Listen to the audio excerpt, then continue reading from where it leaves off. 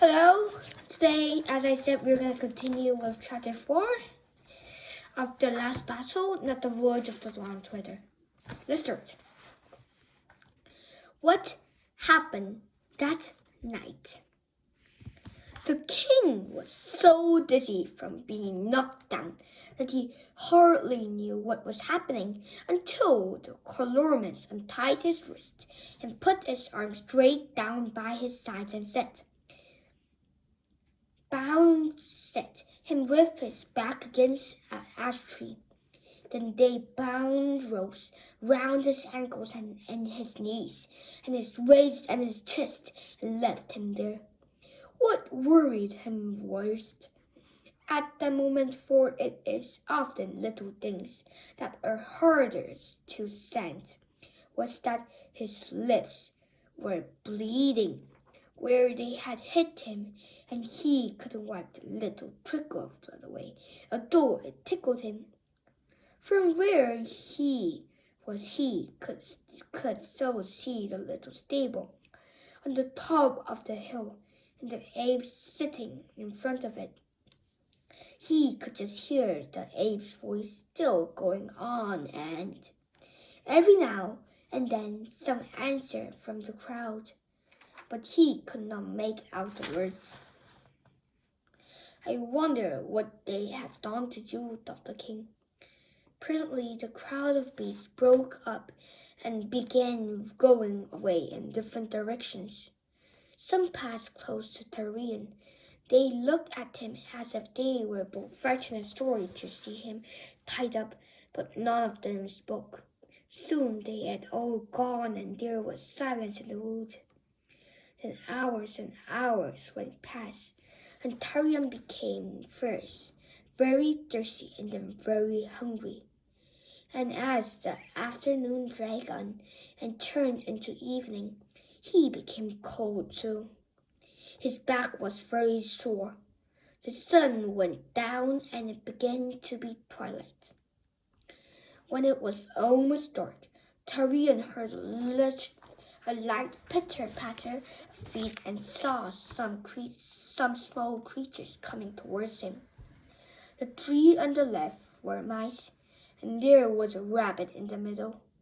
On the right were two moles. Both these were carrying little bags on their backs, which gave them a curious look in the dark, so that at first he wondered what kind of beast they were. Then, in a moment, they were all standing up on their hind legs, laying their cool paws on his knees, and giving his knees softly animal kisses. They could reach his knees because Narnian talking beasts of that sort are bigger than the dumb beasts of the same kind in England. "Lord King, dear Lord King," said their shrill voices, "we are sorry for you. We are so sorry. We daren't untie you because Asa might be angry with us, but we have brought you your supper." At once the first mouse climbed nimbling by toe. He was perched on the rope that bound Tarian's chest, and was wrinkling his blood nose in front of Tarian's face. Then the second mouse climbed up, and it hung on just below the first mouse. The other beast stood on the ground and began handing things up. "Drink, sire, and then you'll find you're able to eat," said the topmost mouse. And Tarian found that a little wooden cup was being held to his lips. It was only the size of an egg cup, so that he had hardly tasted the wine before it was empty. But then the mouse passed it down, and the others refilled it, and it was passed up again, and Tarian emptied it a second time. In this way they went on till he had quite a good drink, which was all the better for coming in little doses. For that is much thirst quenching than one long draught. Here's cheese, sire, said the first mouse. But not very much, for fear it would make it too thirsty. And after the cheese, they fed him with old cakes and fresh butters, and then with some more wine. Now hand up the water, said the first mouse, and I will watch the king's face. There's blood on it. Then Tyrion felt something like a tiny sponge stabbing his face, and it was most refreshing. Little friend, said Tyrion, how can I thank you for all this? You needn't, said the little voices. What else could we do? We don't want any other king. We're your people.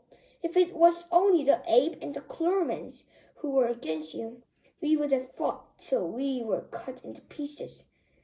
Before we have let them tie you up, we would indeed. But we couldn't go against Aslan. Do you think it really is Aslan? Asked the king.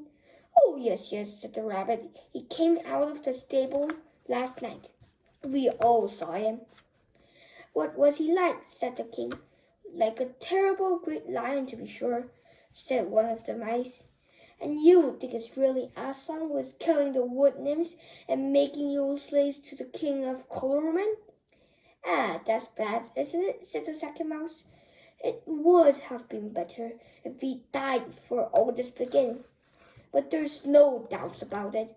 Everyone says it is Aslan's order, and we have seen him.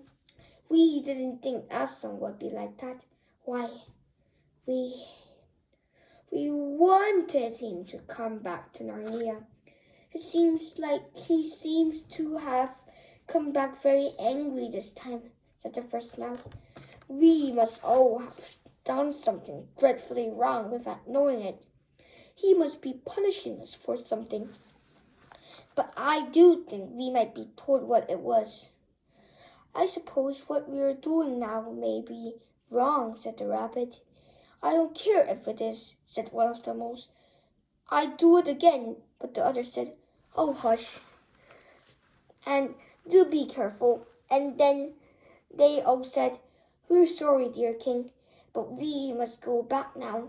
It would never do for us to be cut here. Leave me at once, dear beast, said Tyrion. I would not for all Narnia bring any of you in danger. Good night, said the beast, rubbing their noses against his knees. We will come back if we can. Then they all pattered away.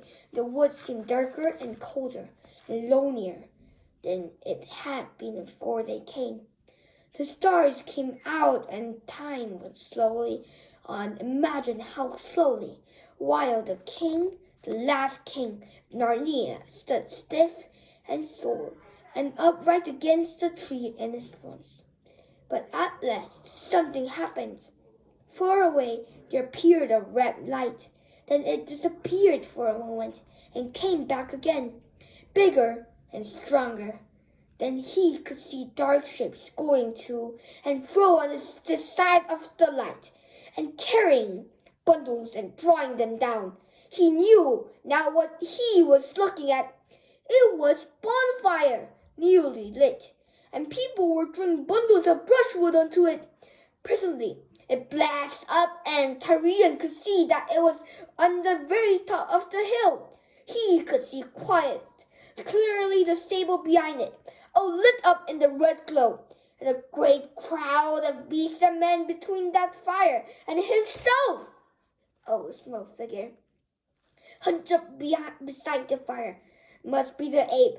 It was saying something to the crowd, but he could not hear what. Then it went and bawled 3 times to the ground in front of the door or the stable. Then he got up and opened the door, and something on 4 legs, something that walked rather stiffly, came out of the stable and stood facing the crowd. A great howling went up, so loud that Tyrion could hear some of the words. Aslan! Aslan! Aslan! Cried the beast. Speak to us, comfort us, be angry with us no more. From where Tarian was, he could not make out very clearly what the thing was, but he could see that it was yellow and hairy. He had never seen the great lion. He had never seen a common lion. He couldn't be sure that what he saw was not the real Aslan. He had not expected Aslan to look like the stiff thing which stood and said nothing. But how could one be sure? For a moment, horrible thoughts went through his mind. Then he remembered the nonsense about Tasha and Aslan being the same and knew that the whole thing must be a cheat. The ape put his head close up to the yellow thing's head, as if he were listening to something it was whispering to him. Then he turned and spoke to the crowd, and the crowd whirling again. Then the yellow thing turned clumsily round and walked, you might almost say, waddled back into the stable, and the ape shut the door behind it. Light vanished quite suddenly. After that, the fire must have been put out, for the light vanished quite suddenly. And Tarian was once more alone with the cold and the darkness. He thought of other kings who had lived and died in Narnia in old times, and it seemed to him that none of them had ever been so unlucky as himself. He thought of his great-grandfather's King Rilian, who had been stolen away by a witch when he was only a young prince, and kept hidden for many years in a dark cave beneath the land of northern giants. But then that all came right in the end, for two mysterious children had suddenly appeared from the land beyond the world's end, and had rescued him, so that he came home to Narnia and had a long and has a prosperous reign. It's not like that with me, said Tarian to himself. Then he went farther back and thought about Ryland's father, Caspian the Seafarer, whose wicked uncle King Miraz, had tried to murder him, and now Caspian fled away into the woods and lived among the dwarfs. But that story, too, had all come right in the end, for old Caspian also had been helped by children, only there were 4 of that time, who came from somewhere beyond the world and fought a great battle and set him on his father's throne. But it was all long ago, said Tarian to himself. That sort of thing doesn't happen now. And then he remembered, for he had always been good at history when he was a boy, how the same 4 children who had helped Caspian had been in Narnia over 1,000 years before, and it was then that they had done the most remarkable things of all. For then they had defeated the terrible White Witch and ended the 100 years of winter. And after that they had reigned, all 4 of them together, at Cair Paravel, till they were no longer children but great kings and lovely queens. And their reign had been the golden age of Narnia. And Aslan had come into that story a lot. He had come into all the other stories too. As Tarian now remembered, Aslan and the children from the another world, thought Tarian, they have always come in when things were at their worst. Oh, if only they could now. And he called up, Aslan, Aslan, Aslan, come and help us now. But darkness and the cold and the quietness went on just the same. Let me be killed, cried the queen.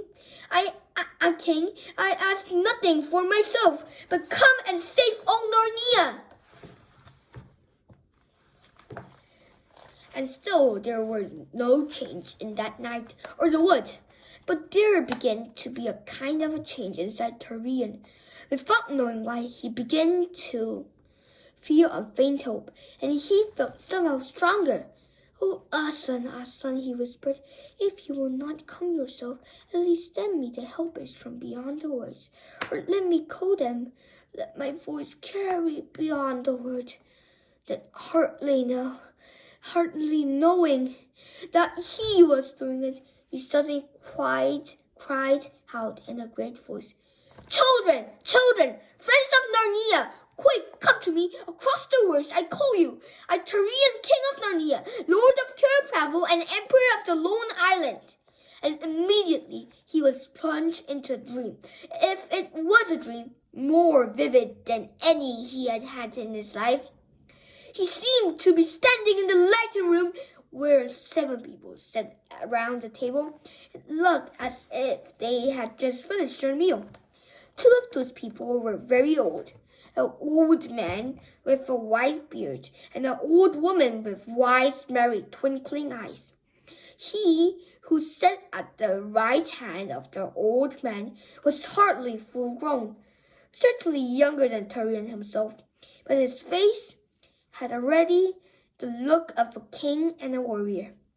And you could almost say the same of the other youth who sat at the right hand of the old woman, facing Tirian. Across the table sat a fair-haired girl younger than either of this, and on either side of her are a boy and girl who were younger still.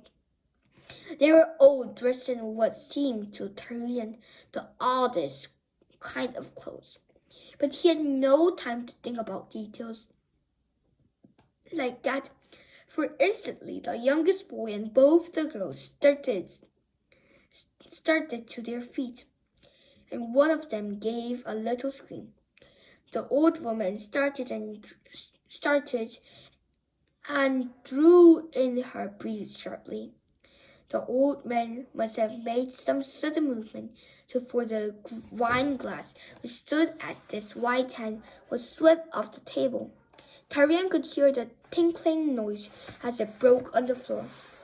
Then Tirian realized that these people could see him. They were staring at him as if they saw a ghost. But he noticed that the king-like one who sat at the old man's right never moved. He turned pale, except that he clenched his hand very tight. Then he said, "Speak. If you're not a phantom or a dream, you have a Narnian look about you, and we are the 7 friends of Narnia." Tirian was longing to speak.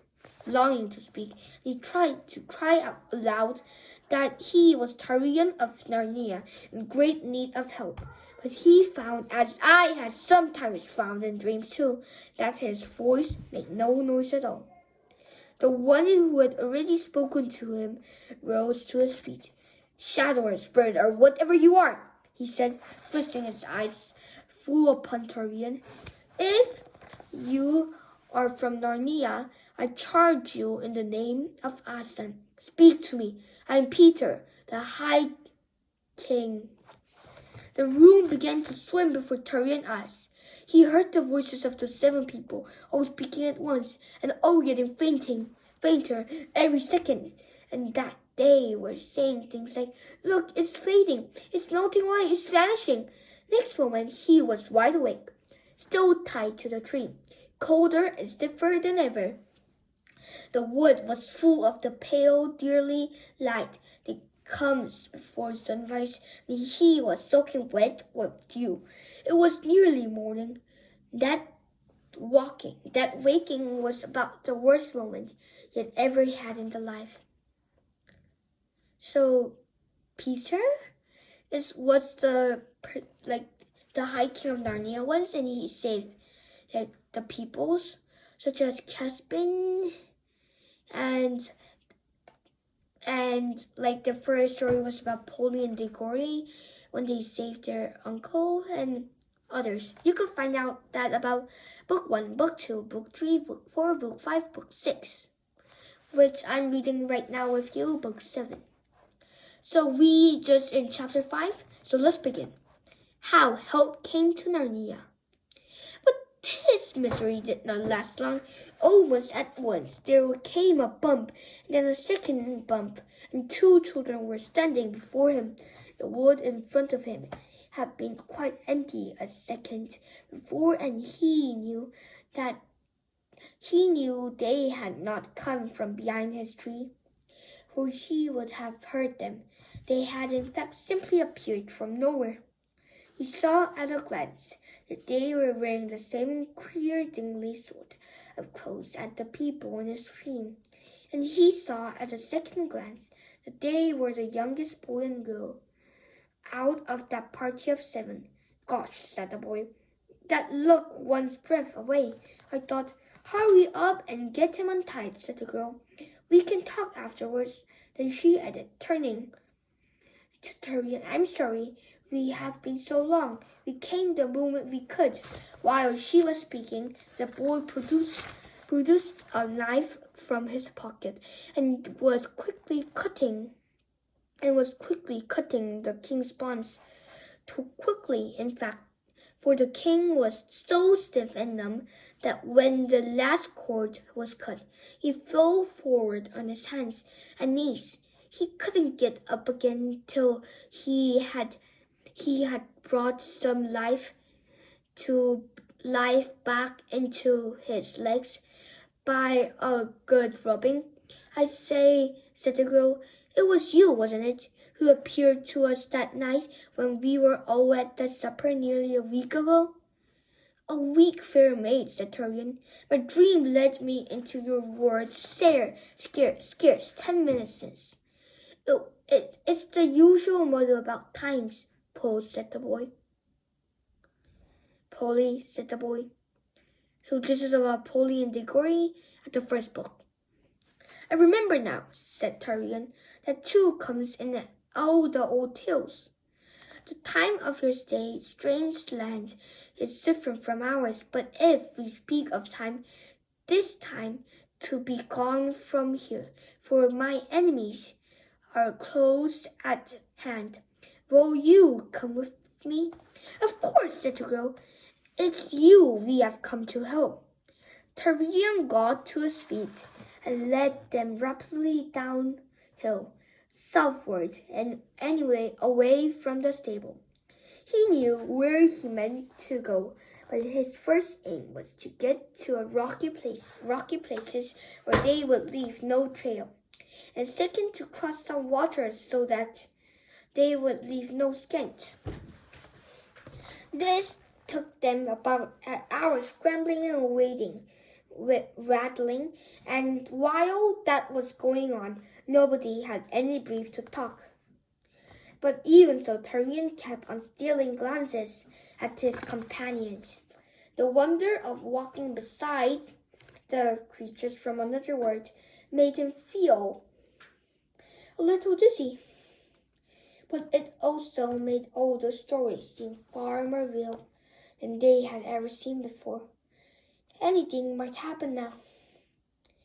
Now, said Turian, as they came to the head of a little valley which ran down before them among young birch trees, we are out of danger of those villains for a space, and may walk more easily.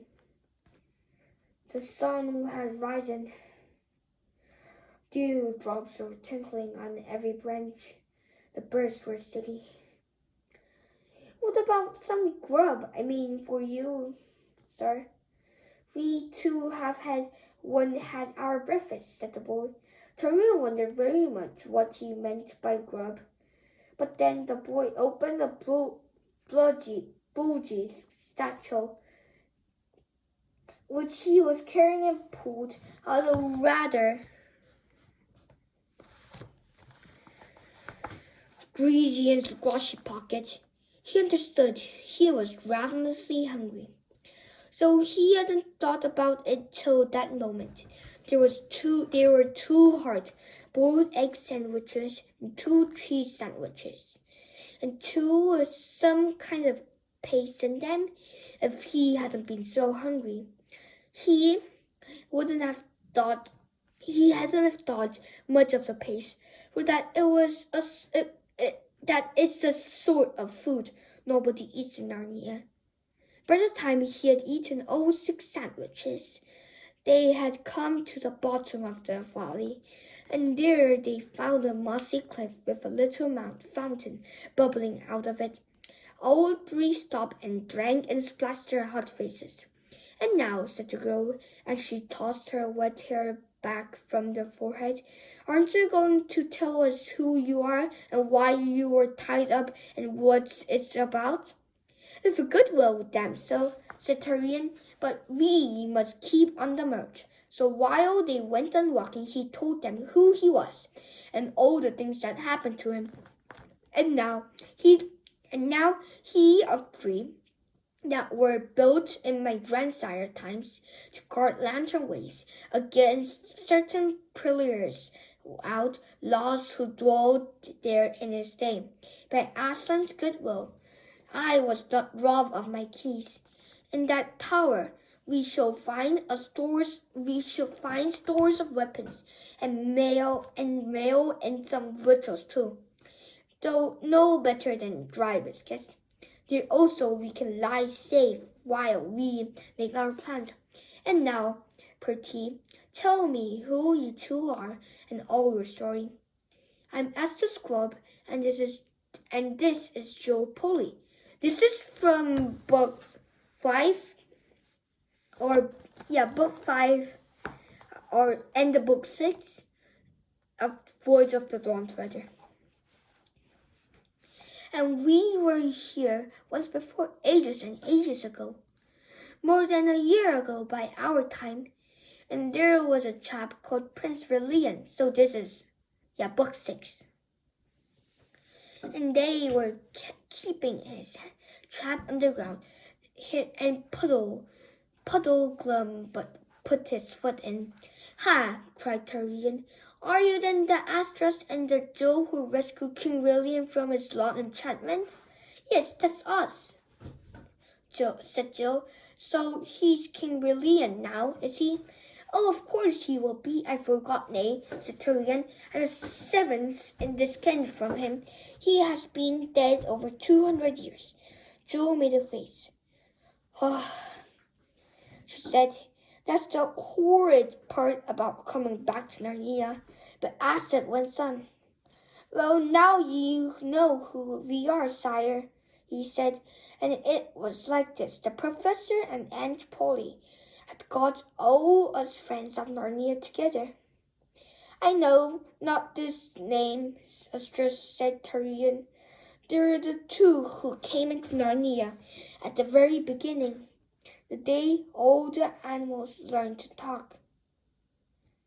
Diggory and Polly." "By the lion's mane," cried Turian, "they're two, the Lord Diggory and the Lady Polly, from the dawn of the world, and still alive in your place. The wonder and the glory of it. Tell me. She isn't really our aunt, you know," said Astus. "She's Miss Plummer, but we can call her Auntie.